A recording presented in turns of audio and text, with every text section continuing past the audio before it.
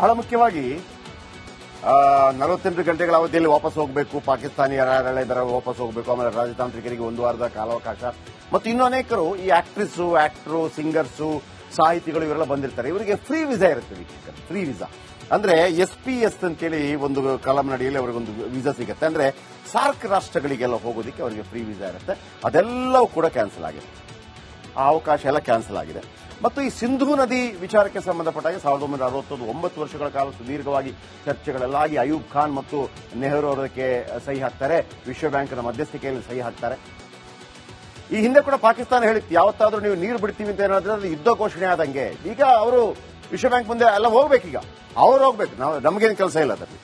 ಆಮೇಲೆ ಸಿಂಧೂ ನದಿ ಈ ಮಾನಸ ಸರೋವರದಲ್ಲಿ ಹುಟ್ಟಿ, ನಂತರ ಕೈಲಾಸ ಪರ್ವತ ಮಾನಸ ಸರೋವರದಿಂದ ಹುಟ್ಟಿ ಅದು ನೇರವಾಗಿ ಈ ಏನು ಲಡಾಖ್ ಮುಖಾಂತರ ಬಂದು ಅಲ್ಲೊಂದು 20% ಮಾತ್ರ ನಮಗೆ ಯೂಸ್ ಆಗುತ್ತೆ, 80% ಅದು ಆ ಕಡೆಗೆ ಹೋಗುತ್ತೆ. ಇದು ಈ ಕಾವೇರಿ ನದಿ ಹೇಗೆ ಮಡಿಕೇರಿಯಲ್ಲಿ ಹುಟ್ಟಿದ್ರು ಕೂಡ ಅದಕ್ಕೆ ಏನು ಲಾಭ ಇಲ್ವೋ ಹಾಗೆ ನಮಗೆ ದೊಡ್ಡ ಮಟ್ಟದ ಲಾಭ ಇಲ್ಲ. ಲಡಾಖ್ ಆ ಭಾಗದಲ್ಲಿ ಹೋಗಿ, ಆಮೇಲೆ LOCಯಿಂದ ಪಾಸ್ ಆಗಿ, ಆಮೇಲೆ ಈ ಕಾರ್ಗಿಲ್ ಈ ಭಾಗದಿಂದ ಹೋಗಿ, ಆಮೇಲೆ ಕರಾಚಿ ಮೂಲಕ ಹೋಗಿ ಅದು ನೇರವಾಗಿ ಅರಬ್ಬಿ ಸಮುದ್ರವನ್ನು ಸೇರುತ್ತೆ. ಒಂದು 3200-2800 ಕಿಲೋಮೀಟರ್ 3100 ಕಿಲೋಮೀಟರ್ ಸಂಚಾರ ಮಾಡುತ್ತೆ. 80% ಅದಕ್ಕೆ ಲಾಭ. 90% ಕೃಷಿ ಅದರಿಂದೇ ಮಾಡ್ತಾರೆ. 90% ಕೃಷಿ ಸಿಂಧೂ ನದಿ. ನಮಗೆ ಭಾರತ ದೇಶಕ್ಕೂ ಕೂಡ ಅದರ ಒಂದು ಪ್ರಾಮುಖ್ಯತೆ ಏನಪ್ಪಾ ಅಂತಂದ್ರೆ ಸಿಂಧೂ ತೀರ ಅನ್ನೋ ಕಾರಣಕ್ಕಾಗಿ ನಮ್ಮ ನಾಗರಿಕತೆ ಎಲ್ಲ ಆರಂಭ ಆಗಿದೆ ಅಲ್ಲಿ ಅಂತೇಳಿ. ಅದರ ಜೊತೆಗೆ ಬೇರೆ ಬೇರೆ ನದಿಗಳು ಕೂಡ ಇದೆ, ಝೇಲಂ, ಚೆನಾಬ್, ರಾವಿ, ಬಿಯಾಸ್, ಸಟ್ಲೆಜ್, ಅದರ ಉಪನದಿಗಳು ಎಲ್ಲವೂ ಕೂಡ. ಅದರ ಬಗ್ಗೆ ಬೇಡ ಹೆಚ್ಚು ತರ ಕಟ್ಟಿಸ್ಕೊಂತದ್ದೇನಿಲ್ಲ.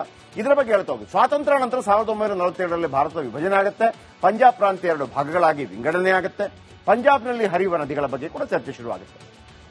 ಈಗ ಈ ಭಾರತ ಪಾಕ್ಗೆ ನೀರನ್ನು ವಿತರಿಸುವುದೇ ಸವಾಲಾಗಿತ್ತು. ಅದರಲ್ಲೂ ಸಿಂಧೂ ನದಿ ನೀರು ವಿತರಣೆ ಕಷ್ಟದ ಕೆಲಸವಾಗಿತ್ತು. ಯಾಕಂದ್ರೆ ನಾನು ಆ ಭಾಗದಲ್ಲಿ 3 ನದಿಗಳು ಬಹಳ ಪ್ರಮುಖವಾಗಿ ಭಾರತಕ್ಕೆ, ಒಂದು ಗಂಗಾ ನದಿ, ಒಂದು ಸಿಂಧೂ ನದಿ ಮತ್ತು ಬ್ರಹ್ಮಪುತ್ರ ನದಿ. ಈ ಸಿಂಧೂ ನದಿಯ 80% ಲಾಭ ಪಾಕಿಸ್ತಾನಿಯರಿಗೆ ಅಂತ. 2 ದೇಶಗಳ ನಡುವೆ ಮಾತುಕತೆ ನಡೀತಾನೆ ಇತ್ತು. ಆದರೆ ಯಾವುದೇ ಯುದ್ಧಗಳಾದರೂ ಕೂಡ ನದಿ ನೀರಿನ ವಿಚಾರದಲ್ಲಿ ಇಂಟರ್ಫಿಯರ್ ಆಗ್ತಾ ಇಲ್ಲ. ಯಾಕಂದ್ರೆ ಅದು ಇಂಟರ್ನ್ಯಾಷನಲ್ ಡಿಸ್ಪ್ಯೂಟ್ ಆಗುವಂತ ಸಾಧ್ಯತೆಗಳಿರುತ್ತೆ. 1948 ಅಂದು ನದಿಗಳ ನೀರನ್ನೇ ನಿಲ್ಲಿಸಿತ್ತು ಒಮ್ಮೆ ಭಾರತ. ವಿಶ್ವಸಂಸ್ಥೆಗೆ ಹೋಗಿ ಬಾಯಿ ಬಡ್ಕೊಂಡಿತ್ತು ಪಾಕಿಸ್ತಾನ. 1954ರಲ್ಲಿ ವಿಶ್ವ ಬ್ಯಾಂಕ್ ವೇದಿಕೆಯಲ್ಲಿ ಭಾರತ ಪಾಕ್ ಭೇಟಿಯಾಗುತ್ತೆ. ಮಾತುಕತೆ ಮೂಲಕ ಸಮಸ್ಯೆ ಬಗೆಹರಿಸಲು ನೆಹರು ಉತ್ಸುಕತೆಯನ್ನು ತೋರ್ತಾರೆ. ಜೊತೆಗೆ ಭಾರತದ ಉದಾರವಾದಿ ಅಂತ ಕೂಡ ತೋರಿಸಬೇಕಾಗಿತ್ತು. ಭಾರತದ ಹಿತಾಸಕ್ತಿಗಳ ಜೊತೆ ರಾಜಿ ಮಾಡಿಕೊಂಡ್ರು ಅಂತ ಹೇಳಲಾಗುತ್ತೆ. ಬಟ್ ಹಂಗೆ ಬರೋದಿಲ್ಲ ಅದು. ಯಾಕಂದ್ರೆ ನದಿ ಅದು ಹೆಂಗೆ, ನದಿ ನೀರಿನ ವಿಚಾರ ಹೆಂಗೆ ಅಂತಂದ್ರೆ ಪ್ರಕೃತಿ ನದಿ ಅದು ದೇಶ ಅಂತ ಹರಿಯೋದಲ್ಲ ಅಂತ. 1960ರಲ್ಲಿ ಸುದೀರ್ಘವಾದಂತಹ ಚರ್ಚೆ ಆದ ನಂತರ ನೆಹರು ಮತ್ತು ಅಯೂಬ್ ಖಾನ್, ಪಾಕಿಸ್ತಾನದ ಅಯೂಬ್ ಖಾನ್ ಸಹಿ ಹಾಕ್ತಾರೆ. ನದಿ ನೀರಿನ 80% ಪಾಲು ಪಾಕಿಸ್ತಾನದಲ್ಲೇ ಹರಿದು ಹೋಗುತ್ತೆ, ಬಿಟ್ಟುಕೊಡ್ಲೇಬೇಕಾಗತ್ತೆ. ಈಗ ನಾವು ಹೇಗೆ ಉಳಿದ ನೀರನ್ನ ಹರಿದು ಹೋಗುವಂತ ನೀರನ್ನ ತಡೆ ಕಟ್ಟೋಕ್ಕಾಗೋದಿಲ್ಲ ಯಾವುದಕ್ಕೆ, ತಮಿಳುನಾಡಿಗೆ. ಆದ್ರೆ ಇಲ್ಲಿ ಕೆಲವು ಡಿಮಾಂಡ್ ಇತ್ತು. ಎಲ್ಲಿ ತನಕ ನೀರು ಕೊಡಬೇಕು, ಪ್ರತಿ ವರ್ಷ ಅದರ ಬಗ್ಗೆ ಮೀಟಿಂಗ್ ಆಗಬೇಕು. ಅವರು 2 ಅಣೆಕಟ್ಟು 3 ಅಣೆಕಟ್ಟು ಕಟ್ಟೋ ತನಕ ಅವಕಾಶ ಕೊಡಬೇಕು, ಮತ್ತೆ ಭಾರತ ಉಪಯೋಗ ಮಾಡ್ಕೋಬಹುದು ಅಂತೇಳಿ. ಈಗ ಭಾರತ ಕೂಡ ಸಿಂಧೂ ನದಿಯ ನೀರನ್ನು ಉಳಿಸ್ಕೊಳ್ಳೋದಕ್ಕೆ ಒಂದು 2-3 ಅಣೆಕಟ್ಟುಗಳ ಪ್ಲಾನಿಂಗ್ ಇದೆ ಆಲ್ರೆಡಿ. ಪ್ರತಿ ವರ್ಷ ಆ ಒಪ್ಪಂದ ಮಾರ್ಪಾಡಾಗ್ತಾ ಇರಬೇಕು. ಭಾರತ ಎಂದಿಗೂ ಒಪ್ಪಂದ ಮಾರ್ಪಾಟು ಮಾಡಲೇ ಇಲ್ಲ, ಹಂಗೇ ನಡೆದು ಹೋಗ್ತಾ ಇತ್ತು. ಪಾಕಿಸ್ತಾನದ 75-80% ಭೂಮಿಗೆ ನೀರು ನೀಡುತ್ತಾ ಇದೆ ಸಿಂಧೂ ನದಿ. ಒಪ್ಪಂದ ರದ್ದಾದರೆ ಪಾಕಿಸ್ತಾನದ ಆಹಾರ ಉತ್ಪಾದನೆಗೆ ಏಟು. ಯಾಕಂದ್ರೆ 90% ಕೃಷಿ ಸಿಂಧೂ ನದಿ ನೀರನ್ನು ಅವಲಂಬಿತಗೊಂಡಿದೆ. ಆಹಾರ ಭದ್ರತೆಗೆ ಪೆಟ್ಟು ಮತ್ತು ಆಹಾರದ ಕೊರತೆ ನಿಶ್ಚಿತ. ಪಾಕ್ನ 75% ಭೂಮಿ ಬರಡು ಭೂಮಿ ಆಗೋದು ಗ್ಯಾರಂಟಿ. ಸಿಂಧೂ ನದಿಯ 5 ಉಪನದಿ ನೀರು ಕೂಡ ಭಾರತ ಬಳಸಿಕೊಳ್ಳಲಿದೆ. ಆ ನೀರು ಜಮ್ಮು ಕಾಶ್ಮೀರ, ಪಂಜಾಬ್ ಕೃಷಿಗೆ ಬಳಕೆಯಾಗುತ್ತೆ. ಜೊತೆಗೆ ವಿದ್ಯುತ್ ಉತ್ಪಾದನೆಗೆ ನದಿಗಳ ನೀರು ಬಳಕೆಯಾಗುತ್ತೆ. ಭಾರತದ ಅನೇಕ ಬರಡು ಭೂಮಿಗೆ ನೀರಿನ ಸಿಂಚನ ಆಗಬಹುದು. ಭಾರತದಲ್ಲಿ ಜಲವಿದ್ಯುತ್ ಉತ್ಪಾದನೆ ಹೆಚ್ಚಳವಾಗಬಹುದು. ಆದರೆ ಈ ಸಿಂಧೂ ನದಿ ಸ್ಟ್ರೈಕ್ ಇದೆಯಲ್ಲ, ಅಥವಾ ಏನು ಒಂದು ಸ್ಟ್ರೋಕ್, ಅದು ಅಷ್ಟು ಸುಲಭ ಅಲ್ಲ. ಅಂತಾರಾಷ್ಟ್ರೀಯ ಮಟ್ಟದಲ್ಲಿ ಇದಕ್ಕೆ ಪ್ರಶ್ನೆಗಳು ಉದ್ಭವ ಆಗುವಂತ ಸಾಧ್ಯತೆ ಇದೆ. ಬಟ್ ಈ ಕ್ಷಣಕ್ಕೆ ತೆಗೆದುಕೊಂಡ ನಿರ್ಧಾರ ನೋಡೋಣ ಏನಾಗುತ್ತೆ. ಬಹಳ ಮುಖ್ಯವಾಗಿ 48 ಗಂಟೆಗಳ ಅವಧಿಯಲ್ಲಿ ವಾಪಸ್ ಹೋಗಬೇಕು, ಪಾಕಿಸ್ತಾನಿ ಯಾರ್ಯಾರಿದ್ದಾರೆ ವಾಪಸ್ ಹೋಗಬೇಕು, ಆಮೇಲೆ ರಾಜತಾಂತ್ರಿಕರಿಗೆ 1 ವಾರದ ಕಾಲಾವಕಾಶ, ಮತ್ತು ಇನ್ನೂ ಅನೇಕರು ಈ ಆಕ್ಟ್ರು, ಸಿಂಗರ್ಸು, ಸಾಹಿತಿಗಳು ಇವರೆಲ್ಲ ಬಂದಿರ್ತಾರೆ. ಇವರಿಗೆ ಫ್ರೀ ವೀಸಾ ಇರುತ್ತೆ. ಫ್ರೀ ವೀಸಾ ಅಂದ್ರೆ SPS ಅಂತೇಳಿ ಒಂದು ಕಾಲಂನಡಿಯಲ್ಲಿ ಅವರಿಗೊಂದು ವೀಸಾ ಸಿಗುತ್ತೆ. ಅಂದ್ರೆ ಸಾರ್ಕ್ ರಾಷ್ಟ್ರಗಳಿಗೆಲ್ಲ ಹೋಗೋದಕ್ಕೆ ಅವರಿಗೆ ಫ್ರೀ ವೀಸಾ ಇರುತ್ತೆ. ಅದೆಲ್ಲವೂ ಕೂಡ ಕ್ಯಾನ್ಸಲ್ ಆಗಿದೆ. ಆ ಅವಕಾಶ ಎಲ್ಲ ಕ್ಯಾನ್ಸಲ್ ಆಗಿದೆ.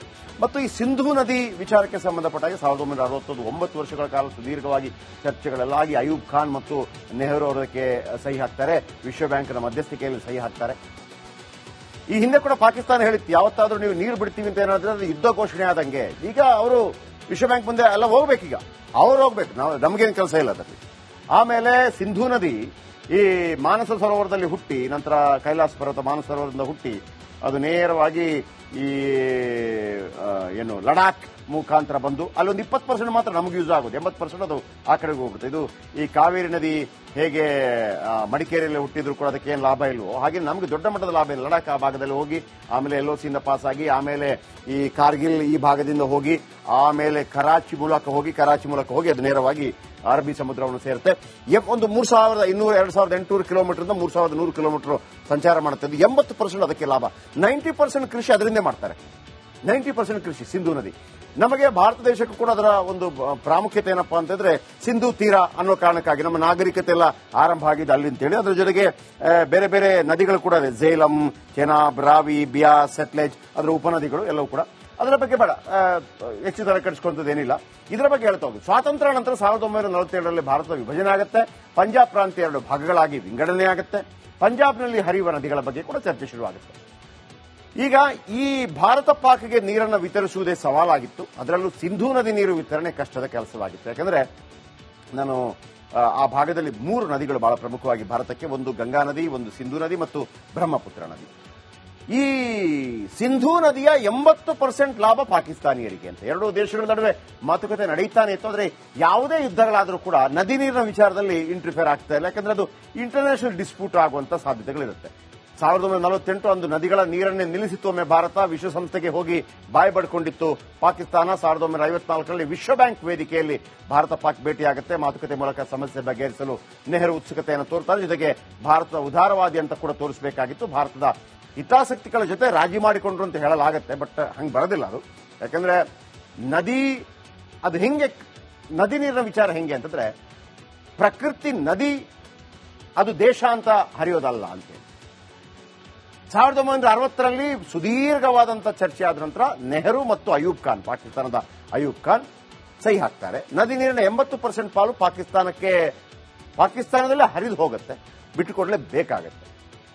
ಈಗ ನಾವು ಹೇಗೆ ಉಳಿದ ನೀರನ್ನ ಹರಿದು ಹೋಗುವಂತ ನೀರನ್ನ ತಡೆಗಟ್ಟೋಕ್ಕಾಗೋದಿಲ್ಲ ಯಾವುದಕ್ಕೆ, ತಮಿಳುನಾಡಿಗೆ. ಆದ್ರೆ ಇಲ್ಲಿ ಕೆಲವು ಡಿಮಾಂಡ್ ಇತ್ತು. ಎಲ್ಲಿ ತನಕ ನೀರು ಕೊಡಬೇಕು, ಪ್ರತಿ ವರ್ಷ ಅದರ ಬಗ್ಗೆ ಮೀಟಿಂಗ್ ಆಗಬೇಕು. ಅವರು 2 ಅಣೆಕಟ್ಟು 3 ಅಣೆಕಟ್ಟು ಕಟ್ಟೋ ತನಕ ಅವಕಾಶ ಕೊಡಬೇಕು, ಮತ್ತೆ ಭಾರತ ಉಪಯೋಗ ಮಾಡ್ಕೋಬಹುದು ಅಂತೇಳಿ. ಈಗ ಭಾರತ ಕೂಡ ಸಿಂಧೂ ನದಿಯ ನೀರನ್ನು ಉಳಿಸ್ಕೊಳ್ಳೋದಕ್ಕೆ ಒಂದು 2-3 ಅಣೆಕಟ್ಟುಗಳ ಪ್ಲಾನಿಂಗ್ ಇದೆ ಆಲ್ರೆಡಿ. ಪ್ರತಿ ವರ್ಷ ಆ ಒಪ್ಪಂದ ಮಾರ್ಪಾಡಾಗ್ತಾ ಇರಬೇಕು. ಭಾರತ ಎಂದಿಗೂ ಒಪ್ಪಂದ ಮಾರ್ಪಾಟು ಮಾಡಲೇ ಇಲ್ಲ, ಹಂಗೇ ನಡೆದೋಗ್ತಾ ಇತ್ತು. ಪಾಕಿಸ್ತಾನದ 75-80% ಭೂಮಿಗೆ ನೀರು ನೀಡುತ್ತಾ ಇದೆ ಸಿಂಧೂ ನದಿ.